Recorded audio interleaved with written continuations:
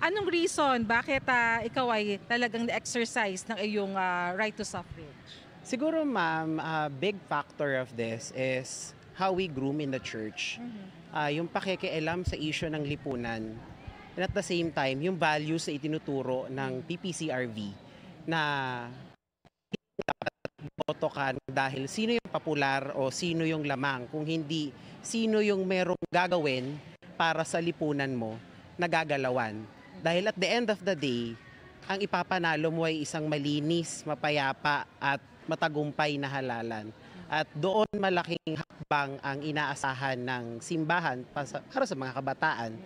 Dahil hanggang sa ngayon, nananatili at naniniwala pa rin ang simbahan na ang kabataan pa rin ang pag-asa ng simbahan ngayon hanggang sa mga susunod na henerasyon. Maraming salamat sa iyo din, Mark. Alam mo, ayun nga, sa mga nakausap natin kanina, marami kino-quote yung popular na saying na ang kabataan daw yung pag-asa ng bayan.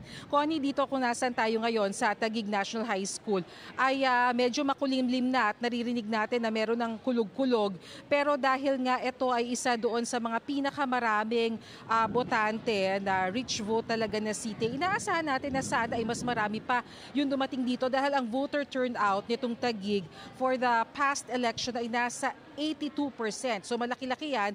Pero ngayon meron pa tayong mga nakikita na mga dumarating dito na botante. Pero yung long lines kanina, papasok na mga presinto ay wala na. So para doon sa mga gustong humabol pa, pwede pa silang humabol, bumoto dahil hanggang 7 p.m. po yan ngayong araw.